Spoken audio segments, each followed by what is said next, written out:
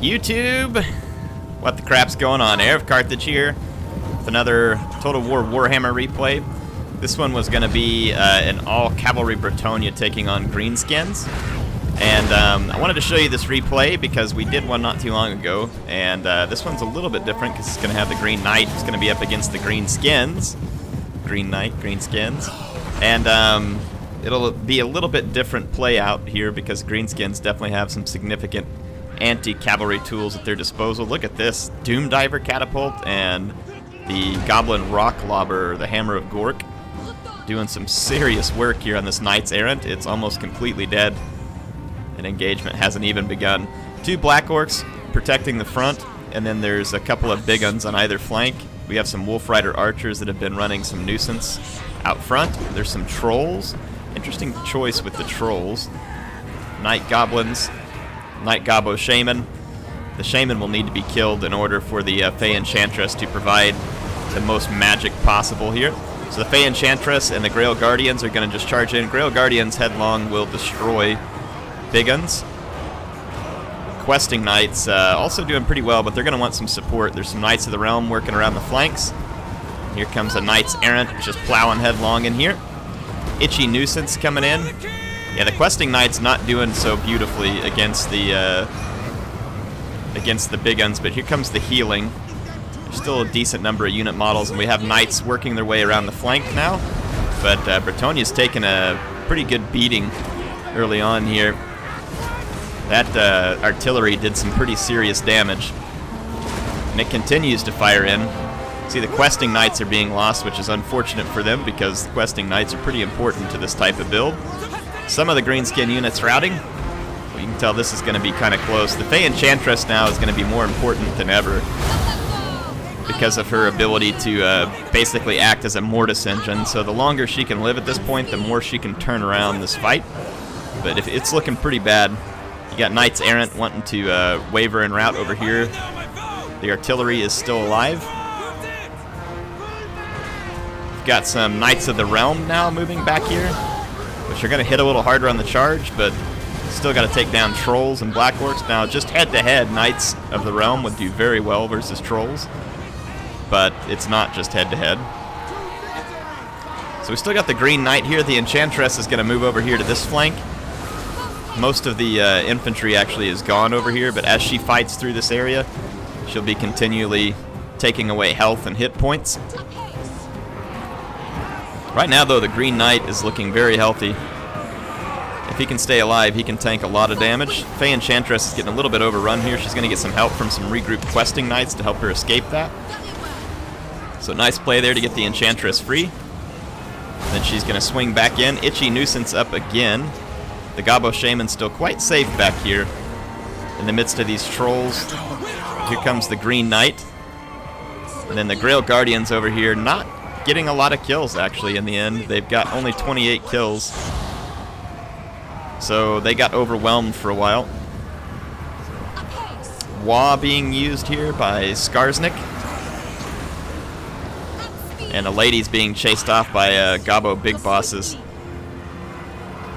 So they're going to have to save her from Skarsnik and everything else. Green Knights here. And let's see what else happened. Yeah, Earthblood coming in. Kind of figured that would be the case because Bretonnia's a little bit blobbed up here. There's a regrouped Knights of the Realm over here that could finish off the Doom Diver catapult, and that would be pretty clutch. But Bretonnia's trying to regroup while the Green Knight does some tanking. The lady got a lot of her hit points back, and there's a few units here, but obviously Bretonnia's going to want the Green Knight to save the day here because of his ethereal nature. He will be quite resistant. Looks like he's trying to get away, but just can't. Yeah, he'll be quite resistant to most of these Greenskin units here. Now, obviously, Bretonnia could just like Mortis Engine kite the Greenskins, but it doesn't look like that's what they're attempting to do here. It looks like they're just attempting to figure out a plan for how they win this. And obviously the Green Knight tanking out some of that damage would be a part of the plan. He causes fear and terror as well, which won't work on Black Orcs, or anything unbreakable for that matter like that unit. But the big uns, the trolls, those units can be broken by terror. Doomdiver catapult has been destroyed. So what little is left of the once glorious Knights of Bretonnia, cut to pieces at the hands of the Greenskins, is going to regroup and attempt to bring down a pretty huge number of Greenskins still. A lot of anti-armor here too with the Black Orcs. That's going to be tough to deal with. And then there's anti-large, and then Skarsnik himself is anti-large. So Skarsnik and Goblet here. Is he going to use his Prodder? Yes, he is. Woo! It was a hit too. He took down a couple of knights there. So that's pretty cool looking. Getting to see that in a cinematic view. So it looks like the Green Knight kind of sitting around over here. Let's get a view of the whole thing. There were some more knights over here. I don't know if they routed. Here comes the Green Knight fainting in. Not sure what he wants his target to be. Looks like maybe he's going to go for the trolls.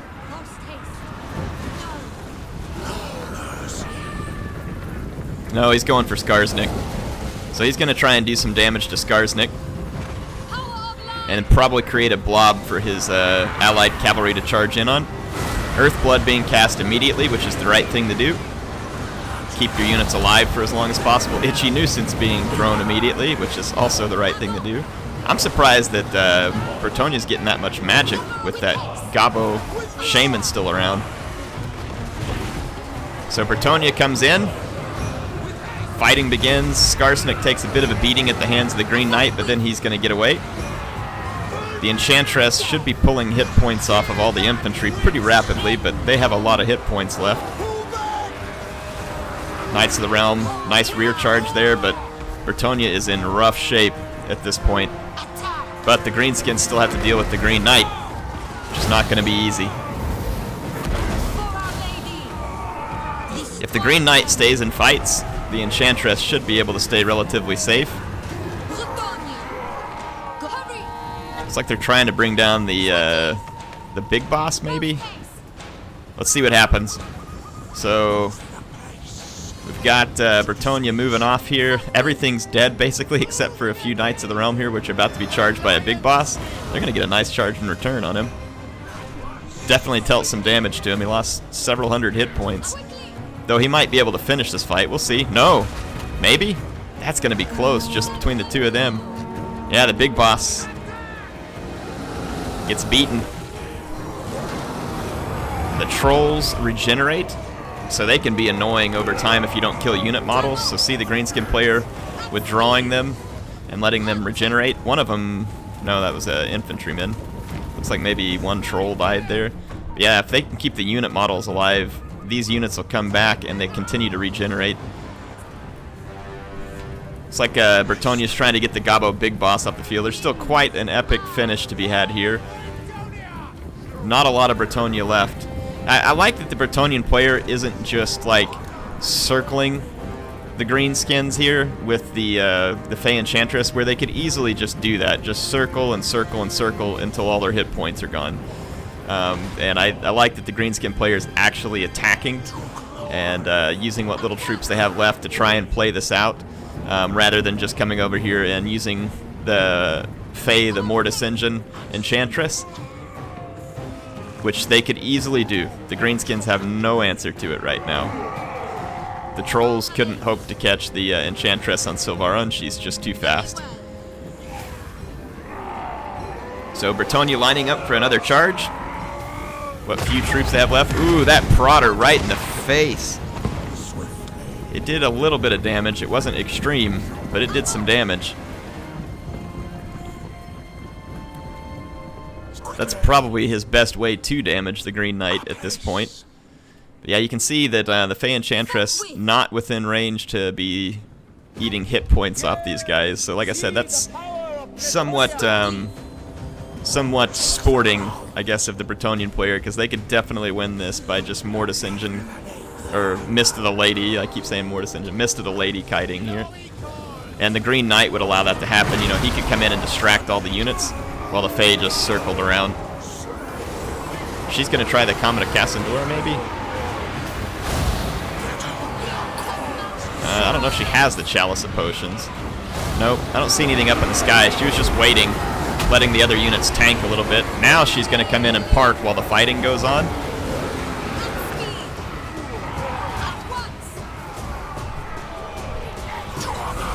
And she's trying to heal the Green Knight, maybe? Yeah, because the Green Knight gains some hit points. So basically just going to let the Green Knight tank this. And she's going to try and make opportunity charges here is what it looks like Skarsnik. Nope, going to back off. Now she's playing a little bit of the Mist of the Lady here. However, since the Green Knight is engaged, I don't know that that's terribly dishonorable by any means. Because the Bretonnian player is fighting. Alright, so let's see what happens. The Greenskins killing the Green Knight is going to be difficult. There you go. The Fae's going to come in and attack the Knight Gabo Shaman. Looks like she's going to try and charge and just keep moving here. Green Knight, though, isn't this how a lot of people imagined him, maybe? Tanking on tons of foes, being the great hero he is, getting kicked by trolls there, too, and vomited on. He is the Green Knight indeed now.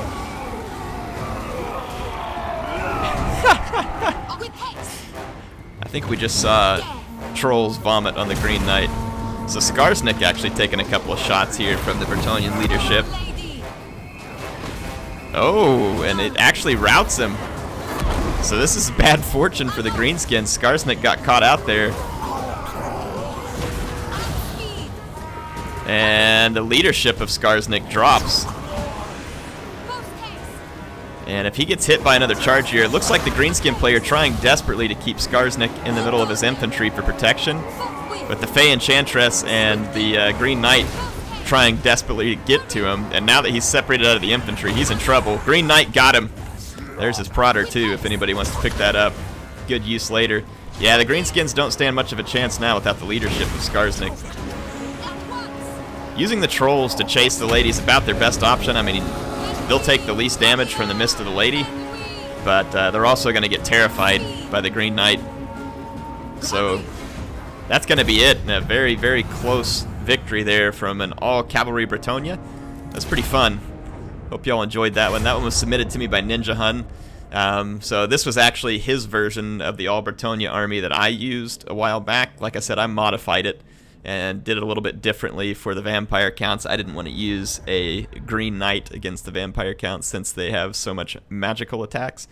Great play, though, by the exploding hamster here. Like, that was some pretty serious damage done by the artillery. It doesn't show a ton of kills, but that's because you don't get a lot of kills when you're going up against cavalry. And but they did some massive damage to some of the Knights Errant early on, and really, I think, gave some big benefits to his army, which made the battle extremely close.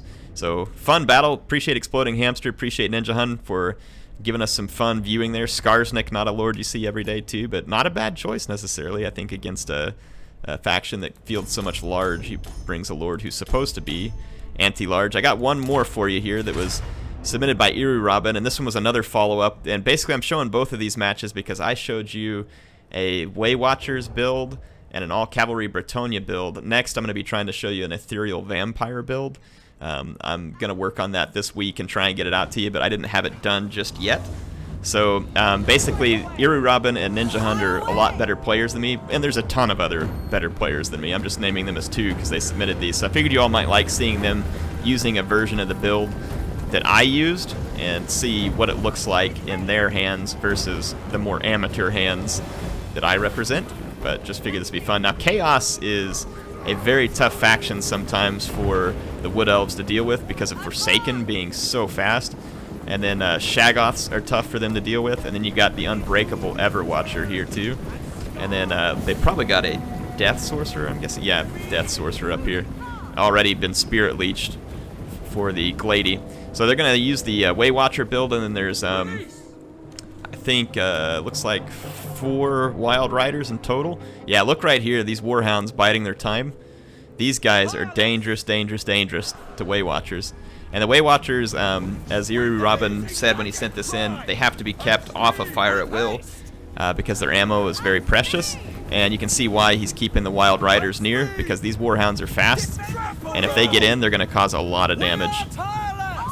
So the Waywatcher is going to flee away, and nice job using the Wild Riders here to corral away the Warhounds.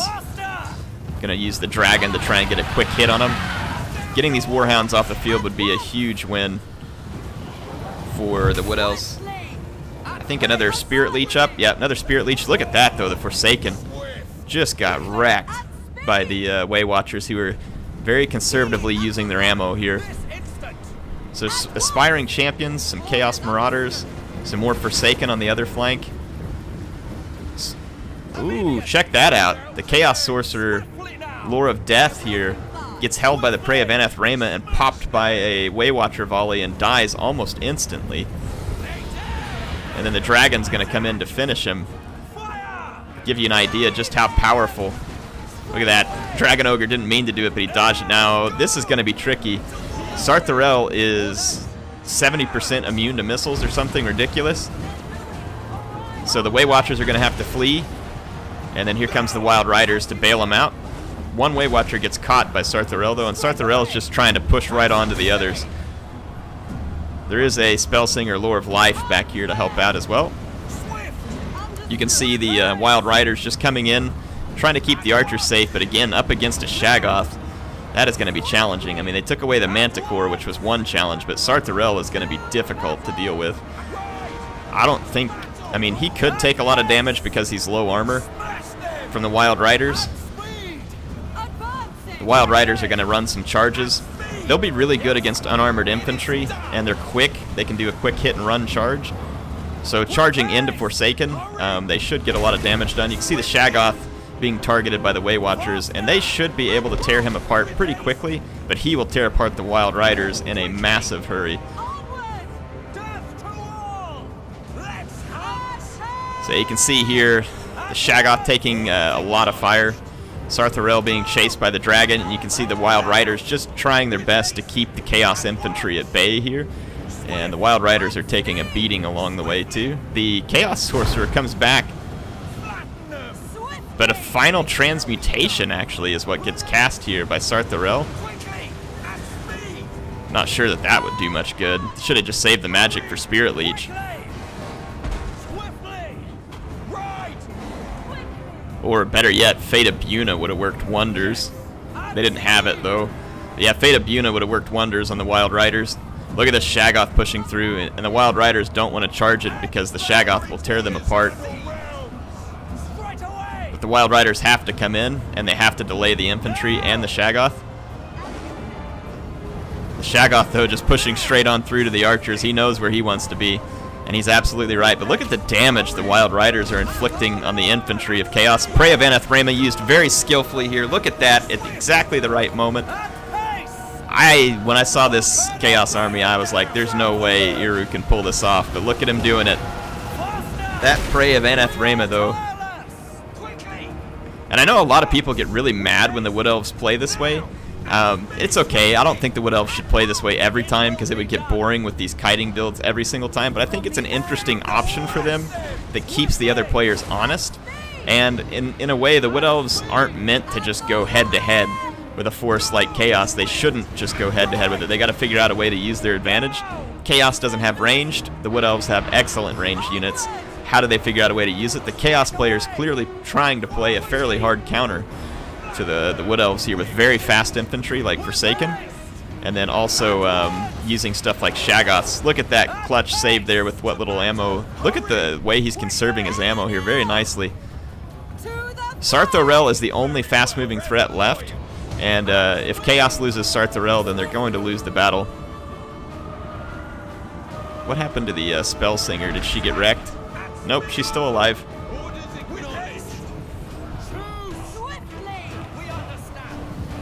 Ooh, the Halberds coming in after the Glady, but she's going to get away. The Halberds don't have shields, and they will die in droves to the Waywatchers, armor notwithstanding. Its shields are the biggest thing that'll get in the way of what the Waywatchers need to do. There are a few Forsaken left here, and it looks like he's going to use his cavalry to try and pull them down. Doesn't want to waste a volley on them. There's some Chaos Warriors over here too, and they are shielded. But the dragon can handle them. Another Prey of Anathrema here, used on Sartharel, just to hold him still, but he's still moving around when he gets hits in. Final Transmutation again. I guess you might as well try it, see what it's going to do, but it's not doing much. Final Transmutation is a pretty useless spell. I've never seen it do much of anything other than stink. So the Way Watcher's now doing massive damage to the Chaos Warriors. It'll take more of their ammo, though, because the Chaos Warriors are shielded. I would almost think that the Warriors with Halberds will want to be the main target at this point.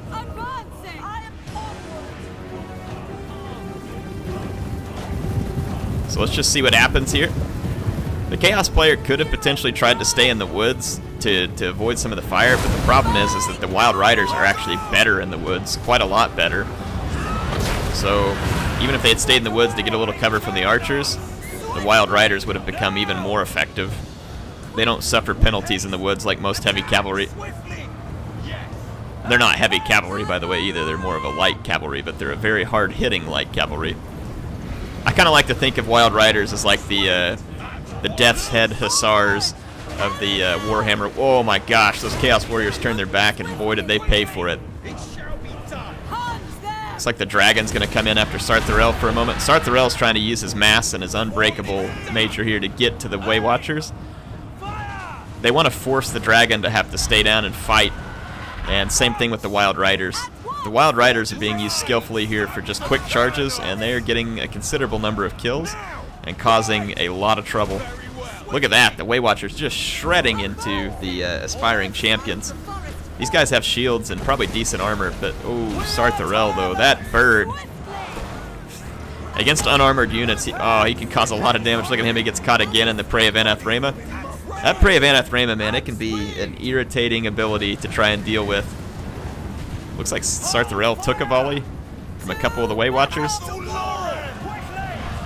And now he's going to get charged. The Glady actually still has all of her ammo. I don't know if that's purposeful, but she hasn't used any of her ammo.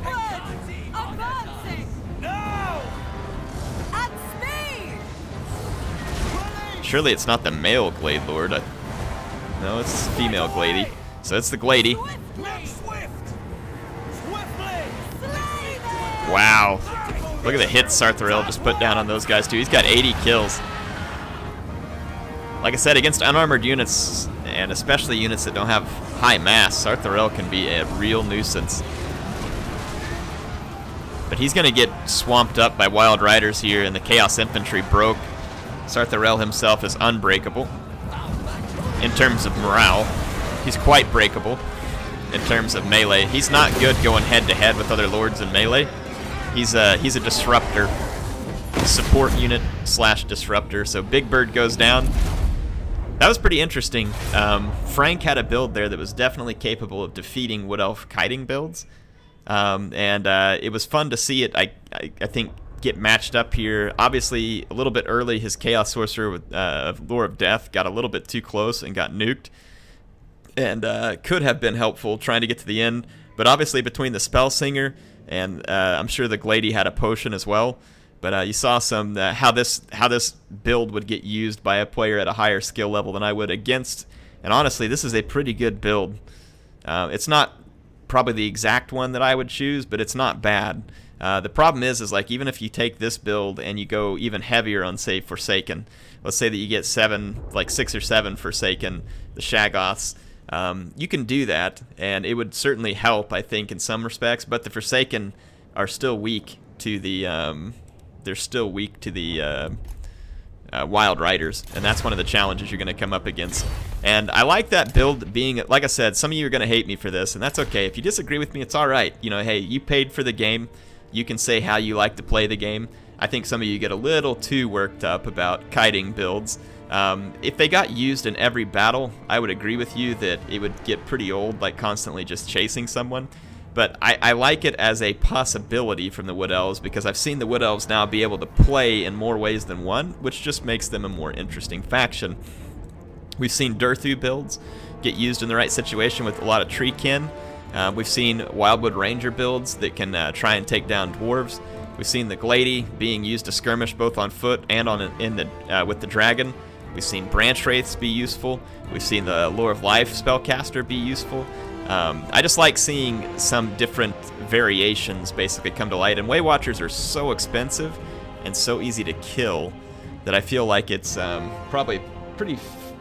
I mean, their price being high, but they also do so much damage. Maybe it's the right trade-off here. Initially, I wasn't really convinced that these units had a whole lot of purpose in multiplayer, but they kind of do. They're one of those units that could maybe be used to just kind of keep someone honest sometimes if they don't fully respect the skirmishing capability of the Wood Elves in the end. Now, bringing some artillery in, and obviously the Wood Elves wouldn't want to try this build against everybody. A little bit of artillery could do good things there because it would force the Wild Riders and the Way Watchers to come closer. It would depend on the map, but if you had a good open map, bringing a faction that can field some artillery would certainly give the Way Watchers some trouble because they'd have to get close enough to try and kill it, and they could. They can kill artillery pretty quick when they get in range, but they also take damage getting into range. And like if you were the dwarves, for instance, you could have your 160 range skirmishers in front of the artillery so that it gets very difficult. Now, I wouldn't expect someone to bring a Way Watcher build against dwarves. I'm just saying that if you're really worried about the Wood Elves bringing some kind of kite build, there's factions who can give that trouble. Chaos can certainly give it trouble in the sense that they can chase quickly, but they're also going to potentially go down, kind of like you all saw in that video there. So, I don't know. Tell me what you think of the two battles. Like I said, I just wanted to show these because there's two players who play at a higher skill level than me, using similar builds to what I used recently, and figured you all might enjoy getting to see that. Hopefully you did enjoy it. I appreciate you being here. Appreciate MSI sponsoring the channel. Can't wait to bring you more content, as always. HeirofCarthage signing out for now. I will see you soon.